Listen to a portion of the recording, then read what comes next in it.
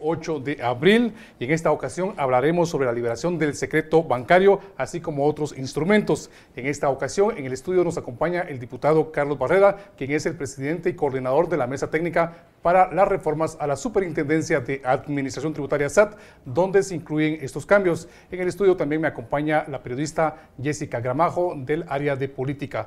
Antes de empezar el programa, damos paso al siguiente material periodístico preparado por Prensa Libre TV.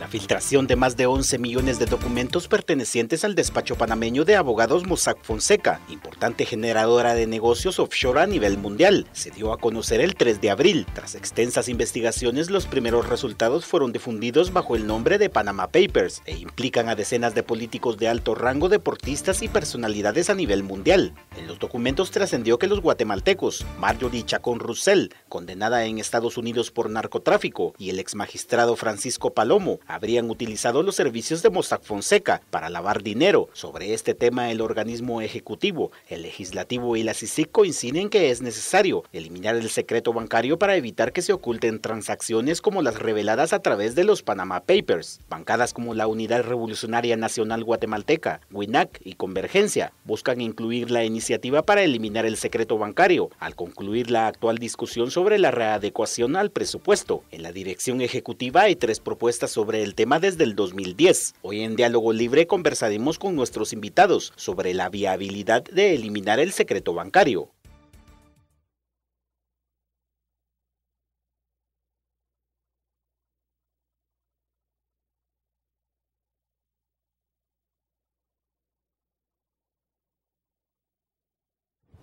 Buenas tardes, licenciado, buenas tardes, diputado. Bienvenidos a Diálogo Libre.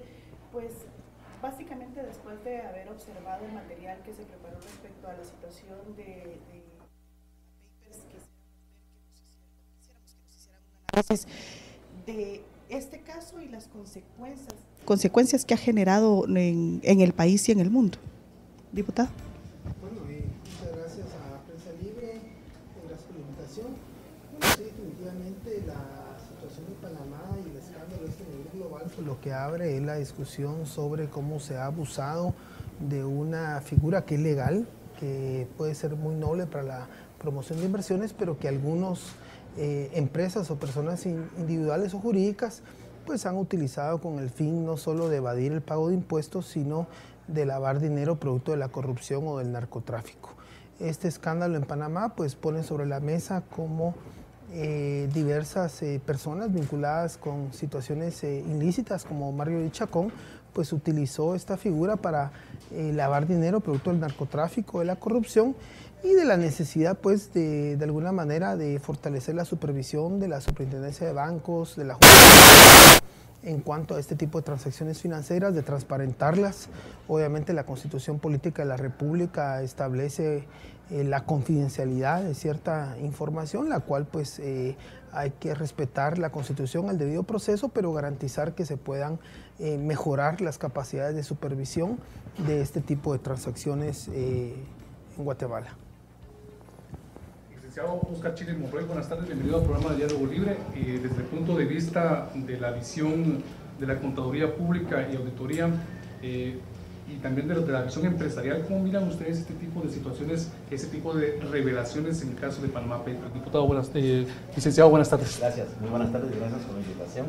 Bueno, realmente yo considero que toda nuestra audiencia debe tal vez tener la claridad que es una offshore, que realmente son instituciones jurídicas que se utilizan básicamente para manejar inversiones, para mantener cierta confidencialidad de operaciones y por sí misma no debe tomarse las empresas offshore como, digamos, todas malas. Eso realmente es una equivocación. Lo que sucede, lo que dijo el diputado, es que como cualquier actividad, por ejemplo, si hablamos de sociedades anónimas en Guatemala, pues se le ha dado uso, han existido empresas de cartón, empresas que realizan actividades no legales a través de algunas sociedades anónimas, pero no quiere decir que todas las sociedades anónimas se satanicen. Entonces, en ese contexto, y el asunto es de la información que ahora se logró revelar a través de del bufete panameño, que obviamente se obtuvo una información, el problema es que las personas que aparecen allí con empresas denominadas offshore, no necesariamente todas se les puede calificar que hayan realizado actividades o que estén realizando actividades ilícitas. El problema es una cuestión de imagen, que cualquier persona que tenga una empresa offshore dentro del listado que se encontró, la tendencia de la población, diríamos, es decir, bueno, está haciendo ilegalidades, pero realmente no debe juzgarse desde esa perspectiva, porque, por ejemplo, a raíz de la regulación de las acciones nominativas que exige la ley guatemalteca, tenemos conocimiento que muchas sociedades guatemaltecas, para mantener la seguridad en sus empresas y no aparecer a primera mano como accionistas de las empresas, han adquirido empresas offshore, pero solo para propiedad de las acciones de sus propias empresas, de tal cuenta que si por orden de juez o alguna revisión se revisa una compañía guatemalteca, es muy probable que exista empresa A, empresa B, empresas panameñas, por decir un nombre, pueden existir en otros paraísos fiscales, pero es básicamente a nivel de propiedad de acciones. Eso no quiere decir entonces que la compañía guatemalteca, por tener sus accionistas, la propiedad es de una offshore, sea la compañía, como dijera, ilegal. O sea, con vínculo asociado. Lo que sucede es que, obviamente, y como sucede en cualquier actividad, es que el vehículo offshore sea en unos casos mal utilizado, y ahí vienen ya los problemas, que cada quien demostrará prácticamente la legalidad de sus participaciones en las offshore. Claro, sin embargo, licenciado, si bien no todas las offshore sirven para aspectos ilegales o ilícitos, el hecho de no ser reguladas y de carecer de ciertos controles que obligan a estar dentro de un sistema bien establecido, bajo reglas y normas, permite que sucedan este tipo de situaciones y de malos manejos dentro de estas empresas que están participando en una situación no regular. Sí, lo que sucede es que particularmente las offshore, como su nombre lo indica, están fuera, desde el punto de vista están fuera de plaza, y por lo regular, cuando se habla de una offshore, no realiza particularmente ninguna operación en el país en el que está constituida la offshore. Entonces, desde ese punto de vista, queda fuera de la regulación, y principalmente porque en el país existe o ausencia total de carga tributaria o una mínima carga tributaria, y obviamente también la facilidad de mantener el anonimato del manejo de las cuentas bancarias. Eso es lo que se persigue a través de una offshore. En ese contexto es que se utiliza en varios casos, como lo que ha sucedido, es que se malapliquen esas operaciones. Yo quisiera que recordemos algo. En mayo del 2013, el gobierno francés coloca a Guatemala como un paraíso fiscal. Entonces todo el mundo, ¿cómo es posible que Guatemala es un paraíso fiscal? Si lo vemos desde el punto de vista inverso, un extranjero puede constituir una empresa en Guatemala y puede considerarse, obviamente, como Guatemala no tiene la estructura financiera para tratar, digamos, abundantemente captar y ser emisor de empresas offshore, la compañía constituida por un extranjero no va a realizar operaciones en Guatemala. Será para propiedad de tenencia de acciones. Estoy pensando en una cuestión que posiblemente pueda suceder o no. O bien que tenga inversiones en bancos, pero que no realiza operación en Guatemala. Desde el punto de vista de la ley del impuesto a la renta, la ley guatemalteca, no pagará ningún impuesto más que el impuesto sobre los activos del ISO, si es que tiene ingresos, si no, no pagará nada.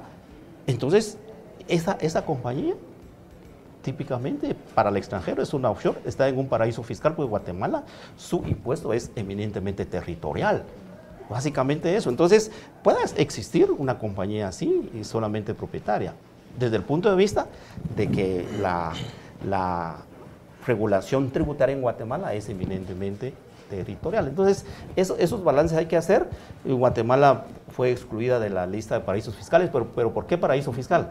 Ausencia de controles fiscales efectivos, ausencia del control de información bancaria, ausencia de una fiscalización muy objetiva, etcétera, etcétera. Entonces, ese listado hace que se califique como un paraíso fiscal y no necesariamente que haya ausencia de pago de impuestos. En ese momento, cuando fue colocado en la lista gris Guatemala, hubo un funcionario, recuerdo que me hizo el comentario, que para Guatemala hasta cierto punto era beneficioso haber sido colocada en la lista gris, porque al final de cuentas iba a resultar atrayendo inversión, regular o no, iban a pagar impuestos. O sea, ¿cómo deja eso, diputado, o sea, cómo pensar que estar dentro de un listado de paraísos fiscales puede ser algo beneficioso para un país? Mire, yo le diría que definitivamente no. Yo creo que la coyuntura lo que abre es la necesidad precisamente de que la administración tributaria tenga acceso a las cuentas bancarias de los contribuyentes con fines fiscales. Creo que esta discusión que se viene dando desde hace muchos años y precisamente en el marco de una serie de convenios, tratados internacionales de lucha contra el terrorismo, contra el lavado de dinero producto del narcotráfico, de la corrupción y ante el riesgos globales de seguridad nacional en cuanto a que no solo con fines de narcotráfico, con fines de evadir impuestos, sino también de terrorismo se pueda utilizar este tipo de figuras para evitar los controles de los sistemas financieros a nivel global. Más bien, yo creo que esto puede tener impactos en cuanto a la atracción de inversiones. Varios países ponen una serie de elementos en cuanto a las inversiones de las empresas, y que si Guatemala sigue siendo uno de los pocos países de América Latina que no tiene convenios de intercambio de información, que no tiene convenios de doble tributación, y que hoy lo de Panamá pone sobre la mesa el cómo, bueno, ya el licenciado lo decía acá, el offshore se ha utilizado fundamentalmente para buscar el anonimato, para evadir impuestos. Pero hoy sobre la mesa, con todos los acontecimientos que se han dado acá, que se están dando hoy con el tema del Bantrap, que se están dando alrededor de la SAT y del caso de la línea y otros casos que han salido a luz pública, lo que nos pone sobre la mesa es que busquemos una reforma de la ley de bancos y grupos financieros, donde en su artículo 63 se permita que la SAT tenga acceso a las cuentas bancarias con fines fiscales, pueda hacer los cruces de información y pueda coordinadamente con la Superintendencia de Bancos, pues tener una mayor fiscalización de todo este tipo de entidades. Obviamente manteniendo la confidencialidad, llevando el debido proceso, que medie orden de juez, que el juez esté con toda la información respecto a las solicitudes de información, que el contribuyente ex post también pueda ser informado que fue investigado, que no le encontraron nada y se le diga, o si le encontraron pues habrá denuncia penal o lo que corresponda, pero llevando el debido proceso. La reforma del artículo 113 que permita también verificar estas entidades. En Guatemala creo que solo hay 5 offshore registradas en la Superintendencia de Bancos. Correcto. Hoy habría que ver si no los bufetes de abogados tienen que reportar a la IBE, porque este problema se está dando en una entidad que no está registrada, que un bufete es el que tiene la representación acá. Yo hago uso de eso, pero aquí median bancos, porque ¿cómo mandaron el dinero a Panamá? O se lo llevaron en maletas, en avión, en barco, en submarino o a través de un banco. Entonces aquí debe de accionar la Superintendencia de Bancos. No sé si es necesario fortalecer las funciones de la Superintendencia de Bancos, ver otro tipo de modificaciones a la ley de bancos y grupos financieros, y a la vez el tema del acceso de la administración tributaria. Lo que es evidente es que Guatemala es uno de los países de la menor carga tributaria de América Latina, y previsiblemente uno de los mecanismos que limitan eso es precisamente el secreto bancario y la limitación que se tiene en materia tributaria de poder fiscalizar las empresas, el sistema financiero y bancario, que pueda brindar la información para hacer esos cruces y determinar las obligaciones tributarias correspondientes. Esto se está trabajando en el Congreso de la República, ya hay una iniciativa de ley que seguramente se presentará la próxima semana. Se está pensando el día martes tener la presentación de estas reformas a la ley orgánica de la SAT, pero que también incluyen reformas a la ley de bancos y grupos financieros, donde se incluyen una serie de modificaciones que buscan que la SAT tenga acceso a la información bancaria. Eso sí, bajo condiciones de confidencialidad y mediante orden de juez. Vamos a ir a la primera pausa comercial en Diálogo Libre, pero antes el Departamento de Producción nos ha informado que en este momento se llevan a cabo operaciones de allanamientos en El Salvador, en la sucursal de Mossack Fonseca, en la cual se ha incautado equipo informático. ¿Qué revelaciones podría tener este tipo de información más adelante? Lo que vamos a analizar con nuestros invitados.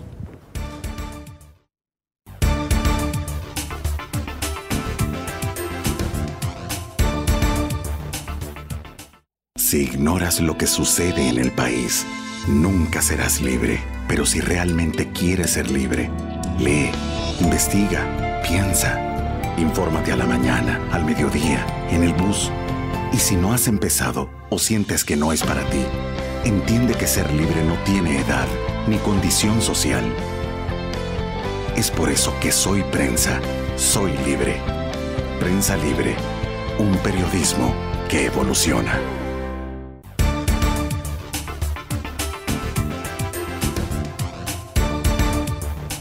Pues efectivamente se están llevando a cabo allanamientos en las oficinas de Mossack Fonseca en El Salvador y básicamente, diputado, aquí tenemos lo que es la información que ustedes presentaron el día miércoles, que nos explicara a nuestros oyentes, televidentes, que básicamente cuál sería el origen pues, que ustedes pretenden llevar a cabo para la liberación del secreto bancario y que la SAT pudiera accesar a esas cuentas bancarias para mejorar la recaudación tributaria. Bueno, sí, como le explicaba, hay una serie de reformas que vienen desde hace muchos años. Tal vez los últimos intentos fueron en el año 2012, precisamente en el marco de algunas evaluaciones que hizo la organización, de alguna medida la OCDE y también el Fondo Monetario, el Banco Mundial, el BID. Se trabajó en algunas iniciativas que lo que buscaban era garantizar de alguna medida la posibilidad que el país pudiera tener ciertos convenios de intercambio de información, los cuales no han podido ser aprobados por el Congreso de la República porque no existe un mecanismo mediante el cual la SAT pueda acceder a esa información y realizar ese intercambio, digamos, con El Salvador, con Panamá, con México, con Unión Europea, con Estados Unidos, entre otros países. Acá, además de esas limitantes, se viene hablando en el marco de esas acciones para combatir el terrorismo, la evasión de impuestos, los paraísos fiscales, la posibilidad de ese acceso a información bancaria. Entonces, se plantearon una serie de iniciativas que hoy se manifiestan nuevamente en este intento, donde se plantea una modificación del artículo 63, donde únicamente se está agregando que la SAT tenga acceso a esa información, el artículo 113, el artículo 30C del Código Tributario, si no estoy equivocado, donde se establece el mecanismo, los procedimientos mediante los cuales se buscaría ese acceso a la información. Acá en este caso se eliminaría la prohibición en cuanto a que se va a otorgar información financiera a la SAT. Mediante el artículo 30C, pues la SAT tendría que determinar la forma mediante orden de juez. Lo que se hace es que se acelera la orden del juez a 3 días. Se tiene que informar al juez con qué fines se solicita esa información, de qué periodo, los funcionarios públicos responsables de la información que se va a solicitar, se le informa al juez. El juez da la autorización, la administración tributaria hace la investigación porque habrá alguna duda, alguna sospecha de incumplimiento de obligaciones tributarias.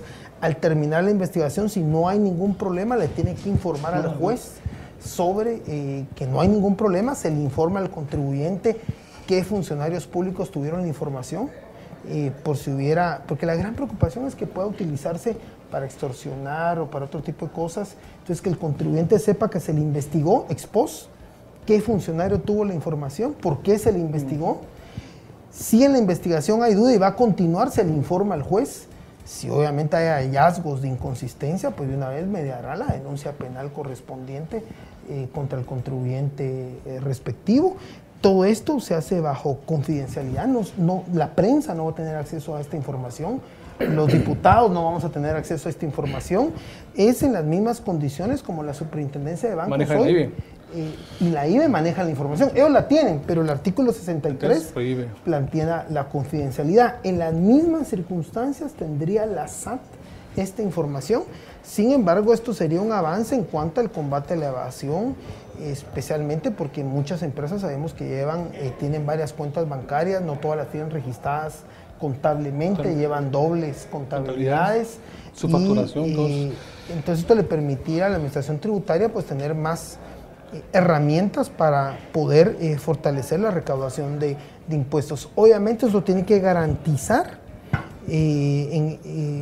que la información se recibe bajo reserva, como la Constitución establece, respetando el artículo 24 de la Constitución y mediando orden de juez.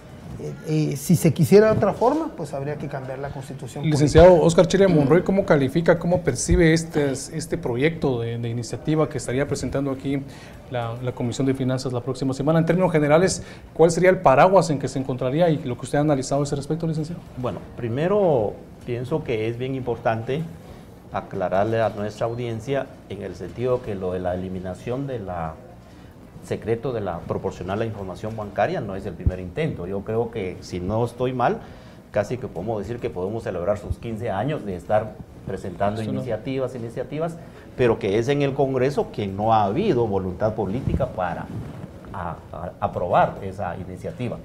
Hoy día visualizamos, y en mi opinión, casualmente entra lo de los Panama Papers, y luego todas las informaciones internacionales que se están manejando, y en el momento se está manejando también otra iniciativa para ver el tema bancario. En mi opinión, tenemos que estar conscientes los guatemaltecos que no hay vuelta atrás. Yo considero que esta vez sí se va a aprobar la proporcionar la información bancaria a la administración tributaria, porque se está también buscando el camino del proceso legal, es decir, que no estará requiriendo de manera directa, sino que a través de un juez, y el juez proporciona, etcétera, etcétera. Lo que habría que evaluar, estimados amigos, es si realmente la información bancaria se le estará requiriendo a los contribuyentes inscritos, porque estamos nuevamente hablando de los mismos tributarios, la misma base, los mismos contribuyentes, pero habría que pensar en las personas que no están inscritas en la administración tributaria, porque si no, básicamente, es decir, que algunos contribuyentes probablemente no tengan todas sus cuentas bancarias reportadas, pero me atrevo yo a pensar que no será el 100% de contribuyentes, será una mínima parte, por lo que el efecto en la recaudación no se estará viendo, posiblemente suba una cantidad, pero no con el monto material que se quiere. Entonces, habrá que pensar, los diputados tendrán que pensar bien cómo idear para ver la posibilidad que a personas no registradas en la SAT, pues también puedan dar esa información. Porque de esa manera entonces se está llegando a las personas diferentes, porque si no sucederá con lo que pasa con la misma reforma fiscal. Aumenta impuestos a los mismos, entonces es bien difícil que se logre una recaudación. Desde ese punto de vista, esa básicamente la visión que percibo es que viene la eliminación del secreto bancario, ahí se ve que hay voluntad política de hacerlo, y no solamente eso, sino también todo el contexto internacional está en esa sintonía, o sea que ya en breve ya nacerá la criatura después de 15 intentos. 15 años. Licenciado, como usted bien dice, en los últimos 10 años en dirección legislativa se registran 3 iniciativas de ley respecto al secreto bancario, una de ellas del diputado Carlos Barreda. Sin embargo, recuerdo que las discusiones han sido precisamente en cómo garantizar la confidencialidad de los datos que se manejan en cada una de las cuentas de las personas, ¿verdad? Y esto me trae a colación el tema de Edgar Barquín también. O sea, él fue director del IBE, fue superintendente de bancos y ahorita enfrenta un proceso penal precisamente por fuga de información y por manejar información privilegiada y todo este tema. Entonces, ¿cómo hacer, diputado Barreda, para poder evitar que una persona que tiene este poder pueda llegar a no malutilizar los datos que tendrá de toda la población? Bueno, sí, precisamente ahorita en las reformas a la ley orgánica de la SAT se están contemplando varios elementos, entre ellos, pues bueno, una unidad prácticamente de investigación de asuntos internos, al estilo de el equivalente a la SAT colombiana, donde hay una unidad que le pasa el escáner prácticamente sistemáticamente a todos los funcionarios públicos de la administración tributaria y reporta directamente al directorio. A la vez, el caso de la información bancaria, pues esta se solicitaría mediante orden de juez. El juez estaría informado sobre qué funcionarios públicos son los que van a tener acceso a esa información. Va a haber una unidad específica que va a resguardar esa información y que posteriormente al proceso de investigación tendrá que también notificársela al contribuyente sobre la investigación que se le realizó Si no hubo ningún problema, se le tendrá que cerrar para que no se siga, porque un gran reclamo es que los procesos no se cierran y se mantiene una incertidumbre permanente. Si lo investigaron y su información es consistente, pues que le informen que lo investigaron, pero que no tiene ningún problema, que le informen que Carlos Barreda o Jessica Gramajo tuvo la información, para si después reciben llamadas o extorsiones o alguna amenaza, pues él sabe que los funcionarios que tuvieron la información o acceso a su información solo fueron A, B o C. Acá también, si bien el mayor argumento es el tema de seguridad, también recordamos que actualmente la SAT tiene información del pago de impuestos de todos los guatemaltecos, y solo con la información del pago de impuestos y lo que facturo y lo que yo pago mensualmente, pues la línea tuvo acceso a toda la información, los señores de aduanas tuvieron acceso a toda la información, y todos los que hoy están presos que se dedicaron a extorsionar o a generar ese sistema de cobro de comisiones para no pago de impuestos, tuvieron acceso a toda información, como también lamentablemente la gente que se involucró en el caso de Chico Dólar, ¿verdad? Con Barquín, que también lamentablemente ahí está eso en proceso de investigación, pero aparentemente el señor Barquín, pues también algunos funcionarios de la IBE pudieron haber estado involucrados, porque ahí en las conversaciones se oye que les dijo que fulano iba a llegar y que lo iba a ayudar y que solo hiciera todo lo que él decía. O sea, no estamos en todo el ámbito de la esfera pública y privada, pues no estamos lejos de que alguna persona pues se pueda corromper, pero el tema es blindarnos lo más que podamos y poner los mecanismos. Y primero es el tema del resguardo de la información, el juez, las oficinas de investigación interna, entre otras medidas que se están tomando para garantizar la reserva de la información, la confidencialidad, y que no se vaya a utilizar para afectar a los contribuyentes. El retraso de tener que acudir a un juez no sería mucho, tomando en cuenta que el sistema de justicia pues a veces no actúa de la manera como la población desea. Mire, precisamente se ha venido trabajando, ya el Ministerio de Finanzas venía trabajando en un convenio con el organismo judicial para crear juzgados especializados en materia de delitos tributarios. Ya precisamente en el tema de la viabilización de la ejecución presupuestaria que presentó el presidente al Congreso de la República, precisamente se tuvo comunicación con el presidente de la Corte, se estuvo hablando con los magistrados y se acordó, al igual que con el ministro de Finanzas, y se acordó precisamente otorgar una asignación de 20 millones en bonos del Tesoro para que el organismo judicial pueda ampliar, porque actualmente creo que tiene 1 o 2 juzgados, no estoy seguro, pueda ampliar la cantidad de juzgados especializados en materia de delitos tributarios para atender este tipo de solicitudes de información y que pueda ser pues mucho más ágil. Yo creo que este es todo un sistema, obviamente en el cual hay que generar las capacidades, las condiciones para que el juez pues pueda en 3 días resolver que se entregue la información y se pueda conocer en juzgados especializados en la materia. Al respecto, yo oía un comentario que en el caso de Aceros de Guatemala parece que las informaciones que se pidieron en materia bancaria pues no están tan actualizadas y que eso le da cierta debilidad al caso actualmente en los tribunales. Y precisamente eso es lo que se quiere evitar, que la información esté en el momento para que no solo la acción de la administración tributaria, a la hora que ponga una denuncia en el MP, pues un juez ordene y tenga la información que le dé sustento al caso. Transmitimos desde Ciudad de Guatemala, este es el programa Diálogo Libre, vamos a una pausa comercial y retornamos.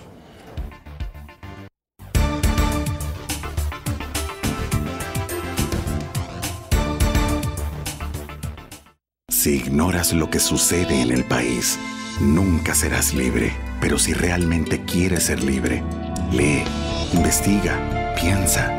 Infórmate a la mañana, al mediodía, en el bus. Y si no has empezado o sientes que no es para ti, entiende que ser libre no tiene edad ni condición social. Es por eso que Soy Prensa, soy libre. Prensa Libre, un periodismo que evoluciona.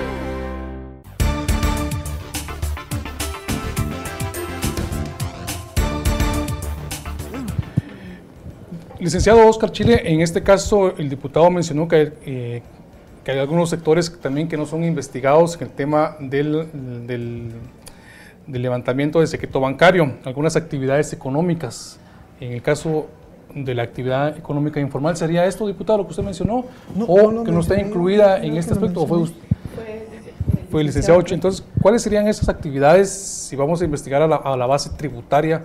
Entonces, ¿qué otras actividades o qué otros elementos, qué otros aspectos teníamos que investigar y que se podrían incluir en esta iniciativa para determinar ese cotejo de información de las personas que bien podrían llevar a cabo una especie de evasión fiscal? Sí, yo a lo que me refería es, como desconozco la iniciativa que está por presentarse, que probablemente el diputado nos pueda aclarar, es que siempre se está regulando y supervisando y exigiendo a la misma base y a los mismos contribuyentes. Correcto. Entonces la pregunta es si la iniciativa que se está presentando incluye a los mismos o bien a eso me refería, pero eso sí lo desconozco, pero claro, obviamente la idea es ampliar y hacer llegar a la formalidad a los que han estado fuera en algún momento, pero no, esa parte sí yo la desconozco en cuanto a la iniciativa. ¿Y qué otros aspectos cree usted que serían de investigar y que podrían incluir o aprovecharse en esta iniciativa, licenciado Chile? Bueno, algo que me llamó la atención es que hay una información post-investigación, pero si realmente se está haciendo de una manera transparente, yo veo que sería muy conveniente y razonable y objetivo que al contribuyente que se le investigue también se le notifique. Ahora, ¿qué se pierde? Sería ¿qué se pierde con que se le notifique? No puede decirle al banco, mire, bórreme toda mi información porque me están investigando, porque es algo inevitable. O sea, simplemente va a estar ya sabido y luego cuando termina también se le avisa. O sea, lo que mencionó el diputado es que solo es un post después de que se le haya pedido la información, mire, ya la investigamos, pero debería ser también o sea, esa parte considero yo que debería de tomarse en cuenta. Y adicionalmente se platicó algo sobre el temor de la fuga de datos. Yo considero que ahí habría que visualizar las otras leyes en el sentido que se legisle que el funcionario que tenga acceso a la información bancaria, el funcionario de SAT a la información bancaria, no puede revelar la información ni durante funcionario ni postfuncionario. En otras palabras, deberá llevarse el secreto a la tumba. Eso es algo que se debe quedar para crear una certeza. Y luego también definir algo como lo que está con los funcionarios de IBE, que si en el momento que se detecte que hay fuga de información por parte de X funcionario, en el momento debe ser destituido. O sea, esas situaciones creo que hay que armar toda la legislación para precisamente darle la confiabilidad a la persona que está siendo investigada, que sus movimientos son confidenciales y solamente lo conoce la persona y el ente fiscalizador. En este caso, ¿qué cambiaría si se lograra aprobar la ley que elimina el secreto bancario, que regula el secreto bancario en este caso? ¿Se podrá seguir inscribiendo offshore? Bueno, aquí, primero creo que el tema fundamental es que la SAT tiene acceso a la información en las mismas condiciones de la Superintendencia de Bancos. Es decir, cualquier funcionario que devele, que haga públicos datos que son confidenciales, pues es sujeto a acciones de tipo penal, son punibles. Eso está claro en la ley de bancos y grupos financieros y en esas condiciones es que la SAT tendría acceso a la información bancaria. Aquí lo que se está es autorizando a la SAT a tener ese acceso. Obviamente esta es una herramienta que le permitirá también tomar acciones con aquellos, pudiéramos decir, personas que no están registradas como contribuyentes formales. Es decir, obviamente hay negocios, hay una serie de actividades económicas que en el momento que yo haga algún operativo, alguna acción como administración tributaria, determino que no hay facturas, que no están registrados en la SAT, pues yo puedo pedir información bancaria sobre estas personas de alguna manera y iniciar alguna acción acorde al marco legal correspondiente, porque no dice que solo es para los registrados, sino aquí está el mandato de la SAT a acceder a la información. Obviamente tendrá que mediar orden de juez para todo caso, como plantea el marco constitucional y las leyes correspondientes.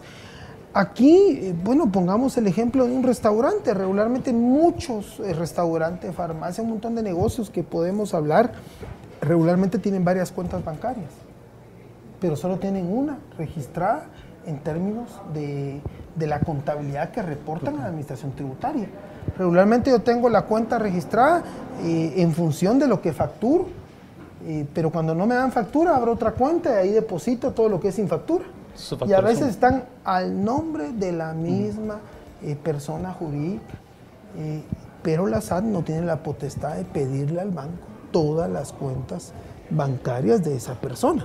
Entonces hoy va a poder hacerlo. Si hay una sospecha, si hay una duda, si hay una inconsistencia en la auditoría que hace, pues va a venir, mire, el señor Carlos Barreda me reporta tanto de pagos de impuestos, pero tiene tanto en el banco. Y no cuadra. ¿De dónde salió ese dinero? ¿No? Claro. Bueno, pudo haberse sacado la lotería, pudo haber vendido una casa, una propiedad, un vehículo, se lo heredó su mamá y bueno, tal vez lo va a lograr determinar que no hay ningún delito, pero lo tiene que explicar, lo tiene que sustentar y si no, bueno señor, ¿qué pasó? Pague sus impuestos. Ese es el tema.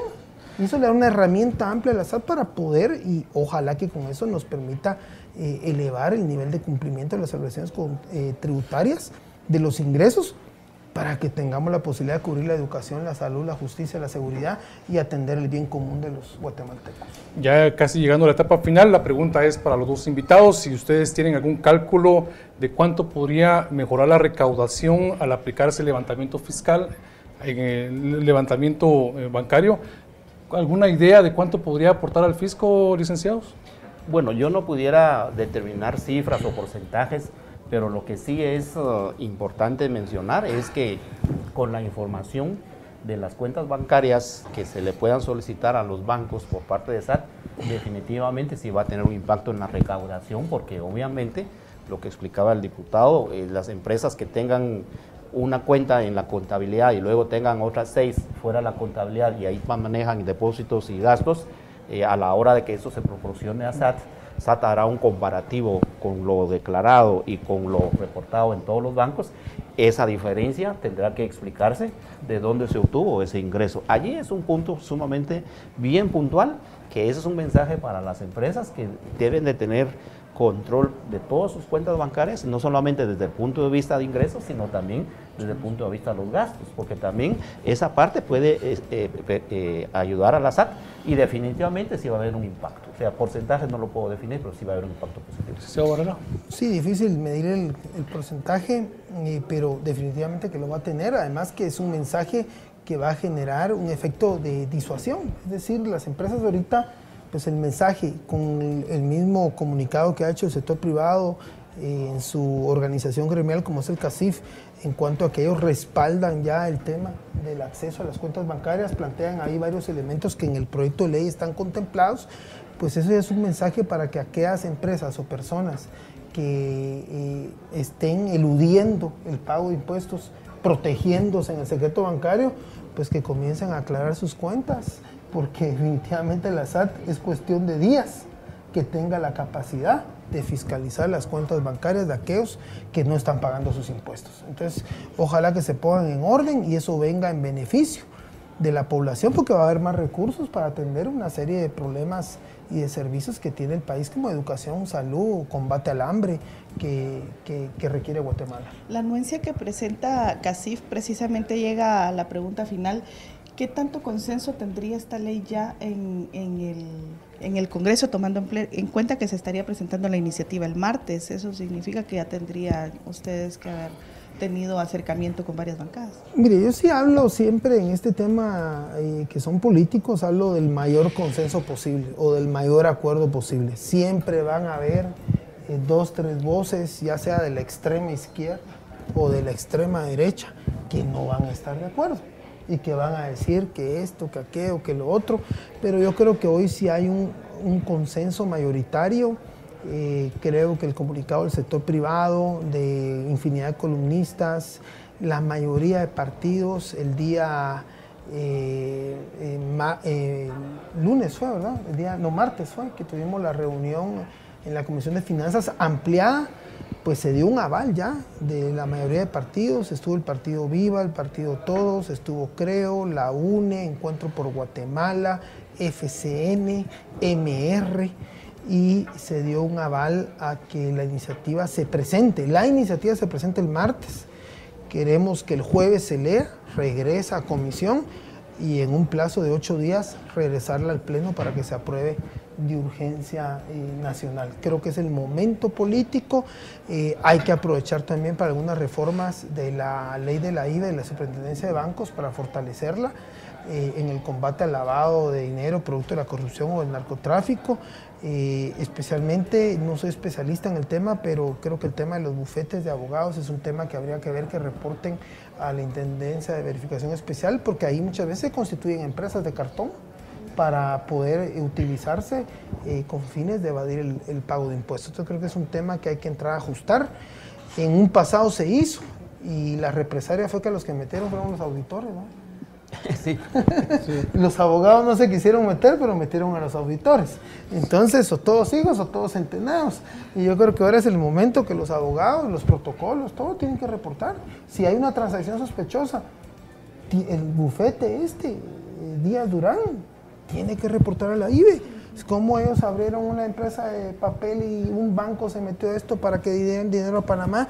Tienen que reportar a la IVE y tienen que ser supervisados en este tipo de transacciones como corresponde. Urgencia nacional entonces. Urgencia nacional, ojalá. Pues agradecemos a nuestros invitados en este diálogo libre, al licenciado Óscar Chile Monroy y al diputado Carlos Barreda por acompañarnos en este tema tan importante. Muchas gracias por su atención y hasta la próxima.